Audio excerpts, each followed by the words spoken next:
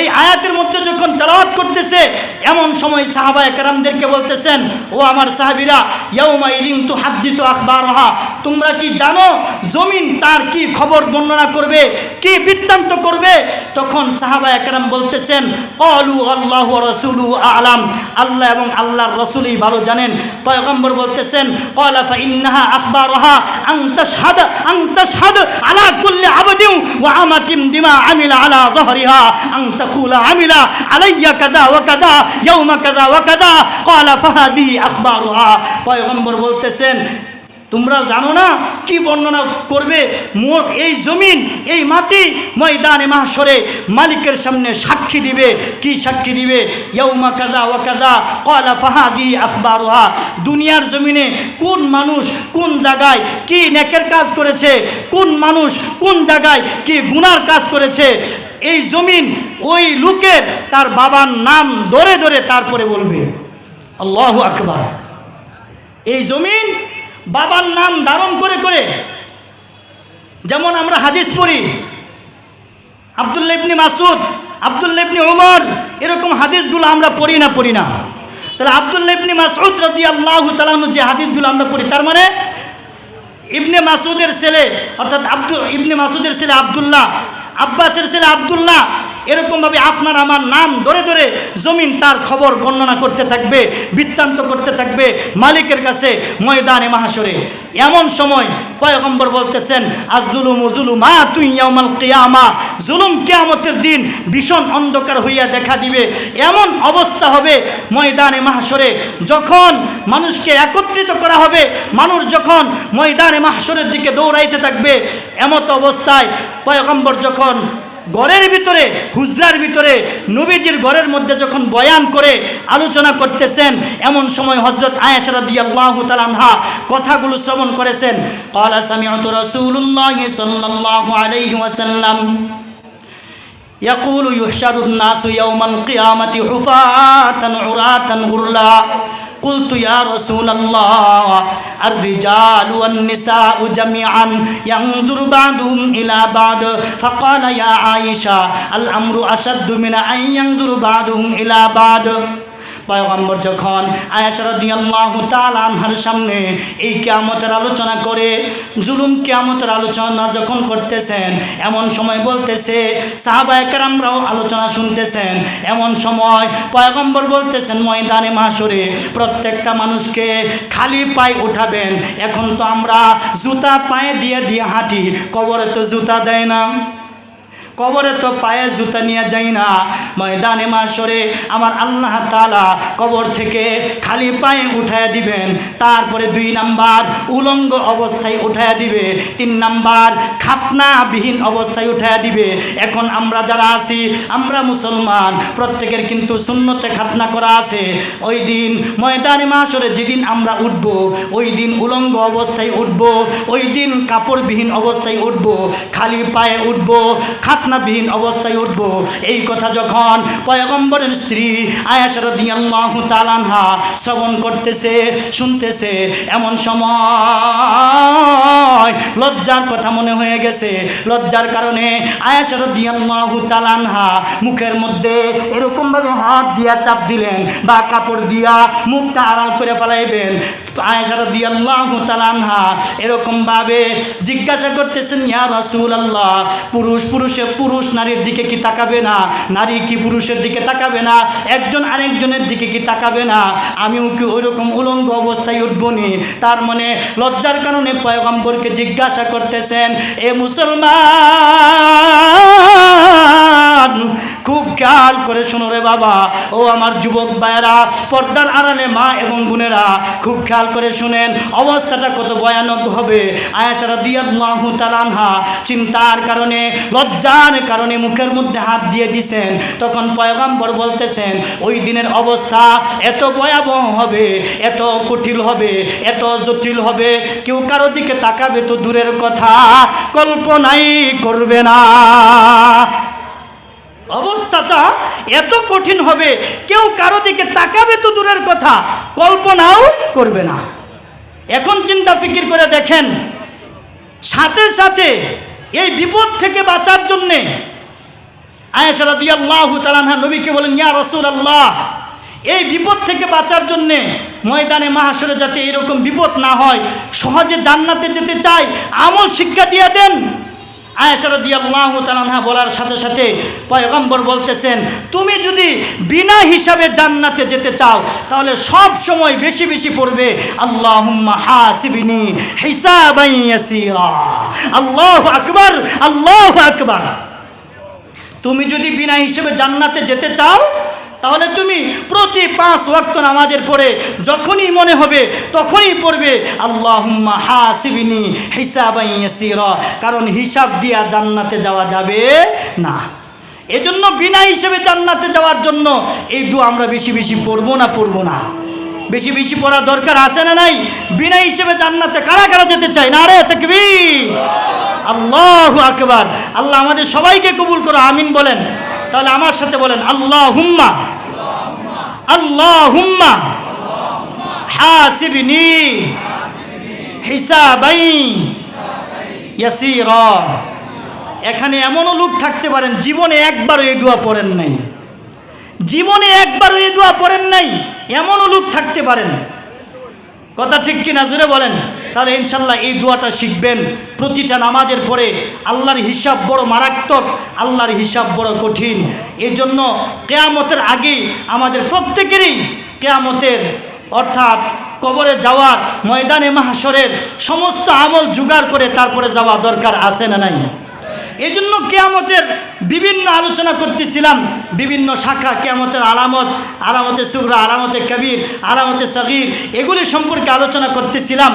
এখন যে হাদিসটা পড়ছিলাম এই হাদিসটার দিকে যাই। এই হাদিসের ভিতরে সিনফান মিন আহলিন নার লাম আরাহুমা কওমুন মাআহুম সিয়াতুন কাআযনাবিল বাকার ইয়াদরিবুনা বিহান নাস, এই পর্যন্ত এই হাদিসের আলোচনা হয়েছিল। আল্লাহর রাসূল হাদিসের মধ্যে কি বলেন?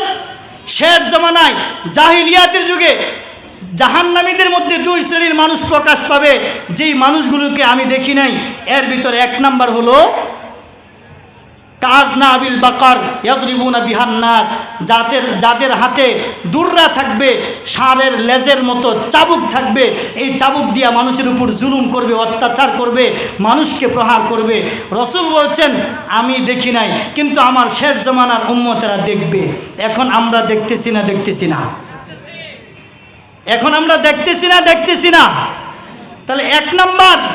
2 নাম্বার হলো ওয়ানিসাউন কাসিয়াতুন আরিয়াতুন মুমিলাতুন মাইলাত। এই 2 নাম্বারটা আরো ভয়ানক, আরো কঠিন। ওয়ানিসাউন কাসিয়াতুন আরিয়াত। দুনিয়ার জমিনে এমন একটা জামানা আসবে যেই জামানায় মানুষ, নারী যারা আছে, নারীরা অর্ধ উলঙ্গ থাকবে, কাপড় টাইট পিট পরবে, আটো শাটো পরবে। মুহাদ্দিসিনে কেরাম এই হাদিসের মধ্যে 3টা ব্যাখ্যা করেছেন। 1 নাম্বার ব্যাখ্যা নিয়েছেন ওয়ানিসাউন কাসিয়াতুন আরিয়াত। এই ওয়ানিসাউন কাসিয়াতুন আরিয়াতের 1 নাম্বার ব্যাখ্যা, পোশাক পরিধান করবে সত্য, নারীরা পোশাক পরিধান করবে সত্য, কিন্তু পোশাক থাকবে একদম পাতলা ফিনফিনে। পোশাক থাকবে কি? পাতলা ফিনফিনে।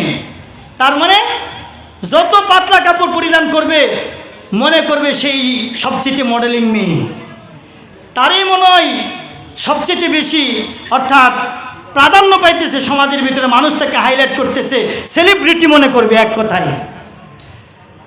1 নাম্বার। 2 নাম্বার হলো ওয়ানিসাউন কাসিয়াতুন আরিয়াতের ব্যাখ্যা, পোশাক পরিধান করবে মোটা সোটা কিন্তু পরবে টাইট পিট।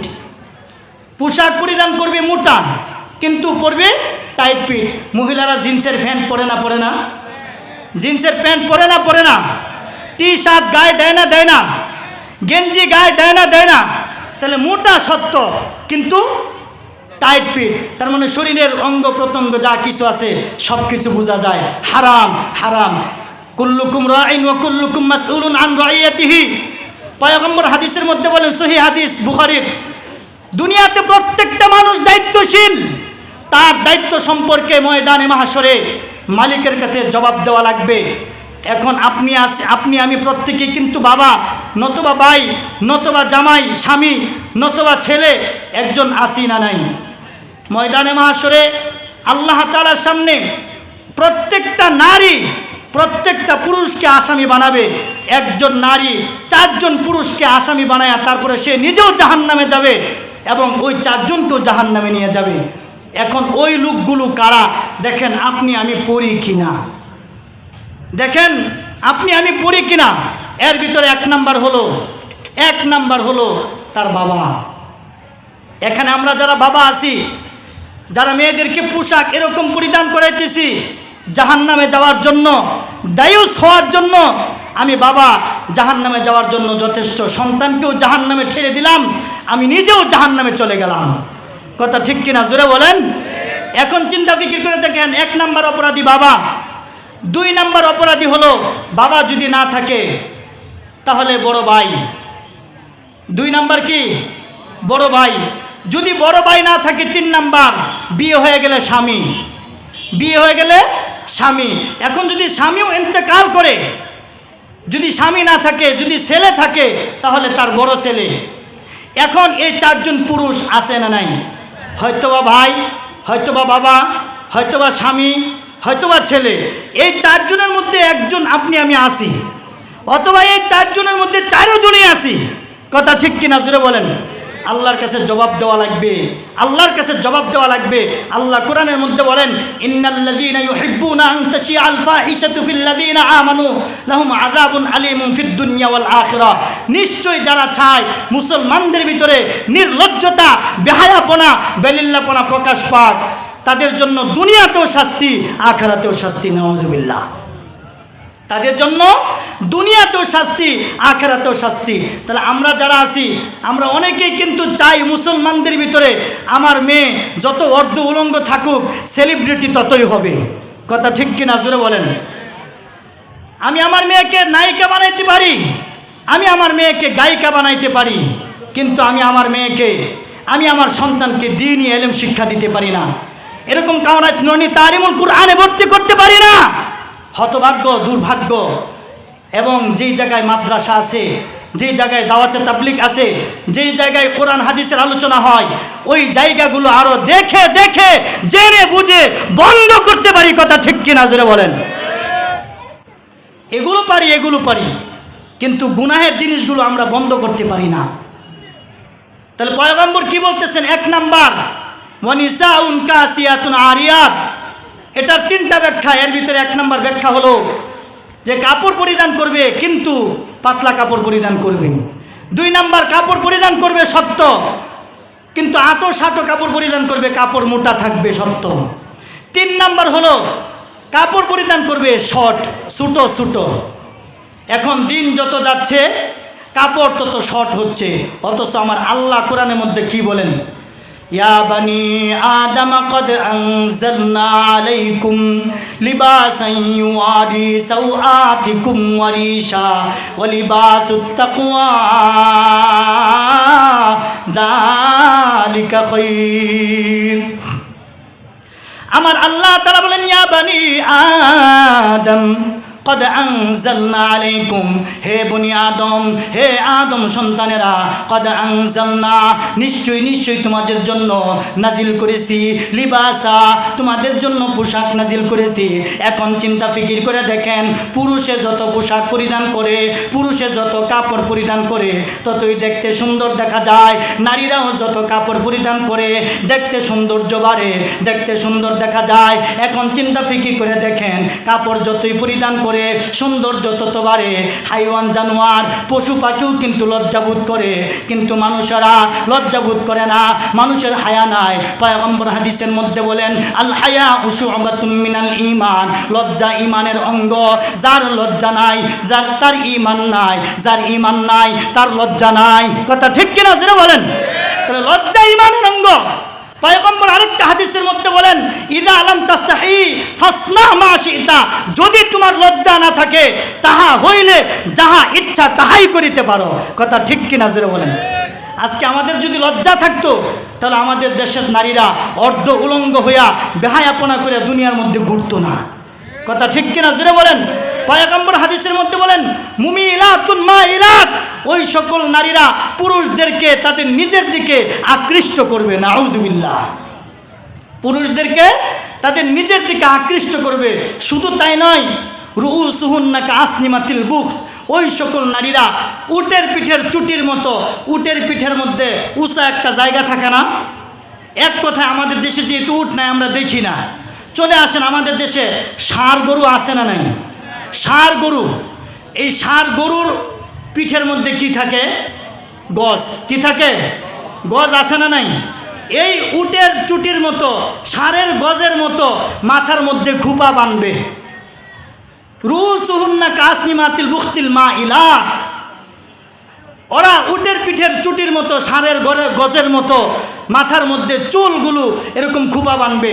অনেক নারী আছে চুলগুলো খুইলা তারপরে রাস্তায় রাস্তায় ঘুরবে, মানুষের সামনে যাবে। আল্লাহ রসুল হাদিসের মধ্যে বলেন ময়দানে মাহশরে ওই সকল নারীর চুল, এক একটা চুল হবে আমাদের দেশে যে বট গাছ আছে, বট গাছের চাইতেও বড় বড়, বট গাছের চাইতেও মোটা, বট গাছের মধ্যে যেরকম শিকড় ছাড়ে, বট গাছ উপড়াইতে যেরকম কষ্ট হয়, ওই মাথার চুলগুলো ওরকম বট গাছের চাইতে বেশি মোটা হবে। আল্লাহ তাআলা ফেরেশতাদেরকে বলবে এদের মাথার চুল একটা একটা করে উপড়ায় ফেলে দাও। নাউযু বিল্লাহি মিন যালিক। এখানে অনেক মায়ের আসছেন, বয়ান শুনতেছেন, এই বয়ান এখানেই রাইখা যায়েন না, বাড়িতে নিয়ে যায়েন, দিলের খোরাক বানেন, আমলের জন্য যথেষ্ট হবে ইনশাল্লাহ, নাজাতের জন্য জরিয়া হবে। সারা শরীরে গা, মনন লাগাইব কোন জায়গা? আমাদের উলামায়ে কেরাম এই কথাটা প্রবাদ বাক্যে বলে, এক বেটা অসুস্থ হয়েছে, তার মানে অ্যাক্সিডেন্ট করছে, অ্যাক্সিডেন্ট করার পরে ডাক্তারের কাছে গেছে, ডাক্তার ট্রিটমেন্ট করছে, কিছু ওষুধ দিছে, আর একটা টিউব দিয়ে দিছে, মলম দিয়ে দিছে। মলম দেওয়ার পরে বলতেছে যেই জায়গায় ব্যথা পাইছেন ওই জায়গায় মালিশ করবেন, যেই জায়গায় ব্যথা পাইছেন ওই জায়গায় মালিশ করবেন।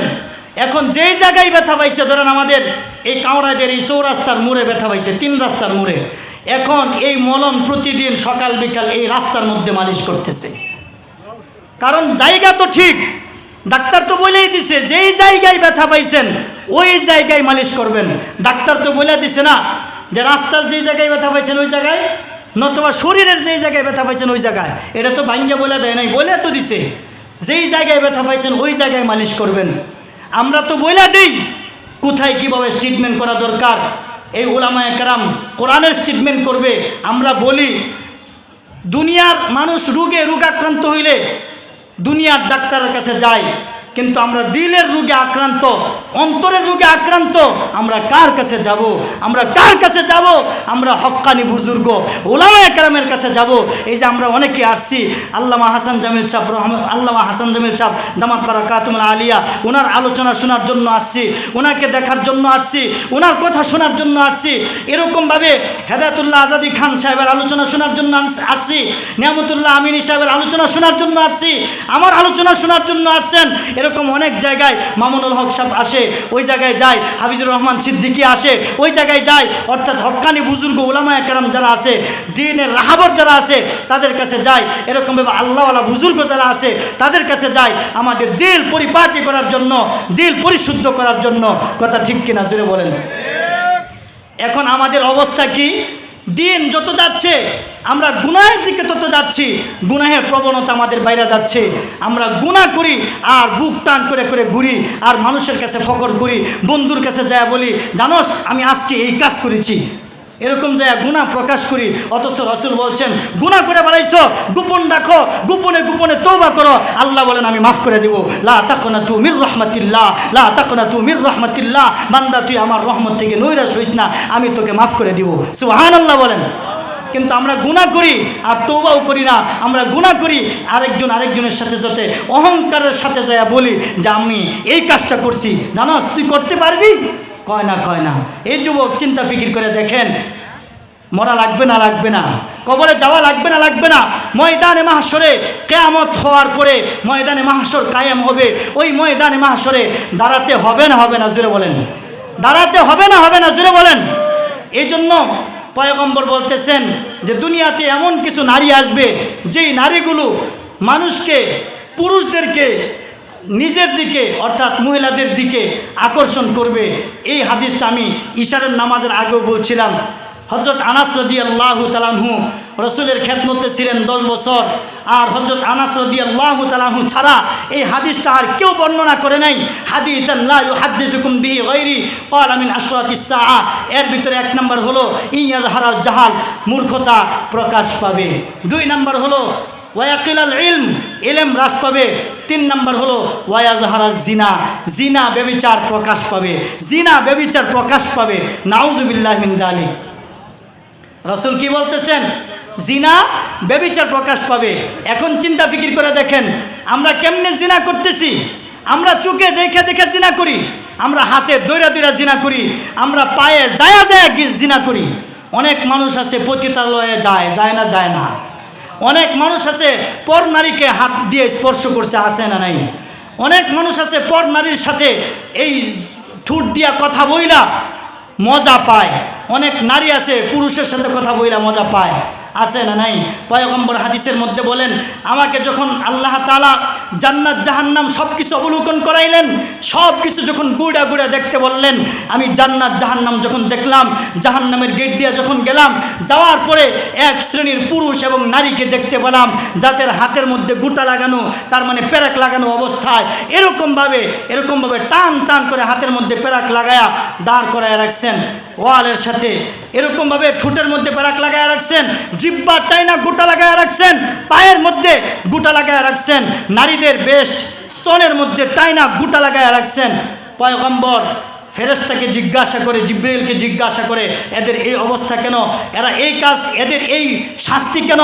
তখন বলতেছে এই নারীগুলো, পুরুষগুলো, এই নারীরা পুরুষদেরকে হাত দিয়ে স্পর্শ করতো, পুরুষেরা নারীদেরকে হাত দিয়ে স্পর্শ করতো, আর ছুট দিয়া কথা বলতো, জিব্বা দিয়া কথা বলতো। এরকমভাবে কথা বলার কারণে, স্পর্শ করার কারণে, পায়ে দিয়া যাওয়ার কারণে শুধু তাই নয়, কিছু কিছু নারী এবং পুরুষ আছে অন্তরের মধ্যে গুনার ফিল্ম জারি করে রাখছে। কথা ঠিক কিনা জোরে বলেন? কিছু কিছু মানুষ আছে যে মানুষগুলো অন্তরের মধ্যে গুনার ফিল্ম জারি করে রাখছে, আছে না নাই? অর্থাৎ ওই মহিলার সাথে যদি কথা বলতে পারি তাহলে নিজেকে ধন্য মনে করতাম।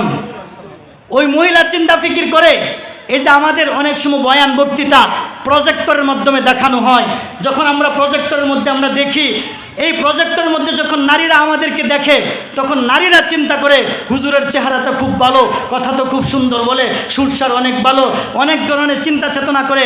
এই চিন্তা যদি তোমার ভিতরে ঢুকে, পরকালের চিন্তা ছাড়া দুনিয়ার চিন্তা, এই ধরনের লজ্জত তোমার দিলের ভিতরে খায়েশাত যদি জায়গা যায়, তাহলে তুমি আমার মতো বক্তার বয়ান শুই না, তুমি জাহান্নামে যাবে, তুমি জাহান্নামী, আর আমার মতো বক্তাও জাহান্নামে যাব। নাউজুবিল্লাহ মিন যালিক। চিন্তা করে দেখছেন আমাদের প্রত্যেকের অন্তরের মধ্যে গুনার ফিল্ম জারি আছে। কারণ আমাদের শয়তান তো মুসলমান হয় নাই। নবীজির শয়তান মুসলমান হয়েছে, কিন্তু আমাদের শয়তান মুসলমান হয় নাই। এই জন্য চিন্তা ফিকির করে দেখি আমরা, আমাদের কবরে যাওয়া লাগবে, ময়দানে মাহশরে যাওয়া লাগবে, ময়দানে মাহশরে দাঁড়াইতে হবে। এখন আমাদের প্রত্যেকের কি করা দরকার? আমাদের নজরের হেফাজত করা দরকার। 1 নাম্বার, চোখে দেখা দেখা মানুষ গুনাহ করে। জোরে বলেন, চোখে দেখে দেখে মানুষ গুনাহ করে। যার চোখ নাই সে দেখা ছাড়া অনেক কিছু, অর্থাৎ গুনাহ থেকে পরিত্রাণ আছে, গুনাহ থেকে ফারাক আছে, কিন্তু আমরা গুনাহ করতেছি চোখে দেখে দেখা। পয়গম্বর একদিন রাস্তা দিয়ে যাইতেছেন, সাথে হযরত আলী রাদিয়াল্লাহু তাআলা আনহু ছিলেন। এমন সময় হযরত আলী রাদিয়াল্লাহু তাআলা আনহু একজন নারীর দিকে তাকাইছেন। পয়গম্বর হাদিসের মধ্যে বলেন, হযরত বুরায়দা রাদিয়াল্লাহু তাআলা আনহু থেকে হাদিস, লা আলিকুন ইয়া আলী লা তাত্তাবিউন নাযরা ফা ইন্নাকাল উলা ওয়া লাইসাত লাকাল আখিরা। পয়গম্বর হযরত আলী রাদিয়াল্লাহু তাআলা আনহু পয়গম্বরের সাথে যখন যায়, এমন সময় হঠাৎ করে নারীর দিকে চোখ পড়ে গেল। চোখ পড়ে যাওয়ার পরে পয়গম্বর বলতেছেন, আলী, ওই নারীর দিকে তুমি তাকাইবা না, কারণ নারীর দিকে যখন তুমি তাকাও, প্রথম দৃষ্টিটা হলো তোমার, দ্বিতীয় দৃষ্টি কিন্তু তোমার না। এই দেখার কারণে তোমার ভিতরে খাহেসাত পয়দা হয়ে যাবে, লাজিজ তৈরি হয়ে যাবে, মহিলার সাথে আকর্ষণ সৃষ্টি হয়ে যাবে। এই জন্য তুমি কাল বিলম্ব না করে তৎক্ষণাৎই তোমার দৃষ্টি অবনত করো, দৃষ্টিকে ফিরে ফেলাও। তখন পয়গম্বর বলতেছেন, হে আলী, তোমার দৃষ্টিকে হেফাজত করো, কারণ আন্নাহু ক্বালা মান নাযারা ইলা মুহাসিনি ইমরাআতিন আজনাবিয়াতিন আন শাহওয়াতিন সাব্বা ফি আইনাইহি লিআন্নাকা ইয়াউমাল কিয়ামা, কারণ কিয়ামতের দিন এই চোখের মধ্যে গলিত সীসা দান করা হবে। নাউযু বিল্লাহি মিন যালিক। এজন্য পয়গম্বর হাদিসের মধ্যে, হাদিস শেষ অংশের মধ্যে বলতেছেন, যেই সকল নারীরা, যেই সকল পুরুষেরা এরকম গুনার ফিল্ম জারি করে রাখবে, গুনাহ করবে, আর নিসাউন কাসিয়াতুন আরিয়াতুন মুমিলাতুন মাইলাতুন রুউসুহুন্না কাসনিমাতিল বুখ, এই সকল নারীদেরকে বলতেছেন লা ইয়াদখুলনা জান্নাতা ওয়ালা ইয়াজিদনা রিহাহা, এরা জান্নাতে যাবে না, জান্নাতের ঘ্রাণও পাবে না। ওয়া ইন্না রিহাহা লা ইউজাদু মিন মাসিরাতি লা তুজাদু মিন মাসিরাতি কাযা ওয়া কাযা। পয়গম্বর হাদিসের মধ্যে বলেন, জান্নাতের গান বহু বহু দূর থেকে পাওয়া যাবে। সুবহানাল্লাহ বলেন। এজন্য আমি আপনাদের সামনে যে বিষয়টা নিয়ে আলোচনা করতেছিলাম, সূরা লুকমানের 34 নম্বর আয়াত, সর্বশেষ আয়াতের আলোচনা 1 নম্বর। এই আয়াতের মধ্যে 5টা বিষয় আছে।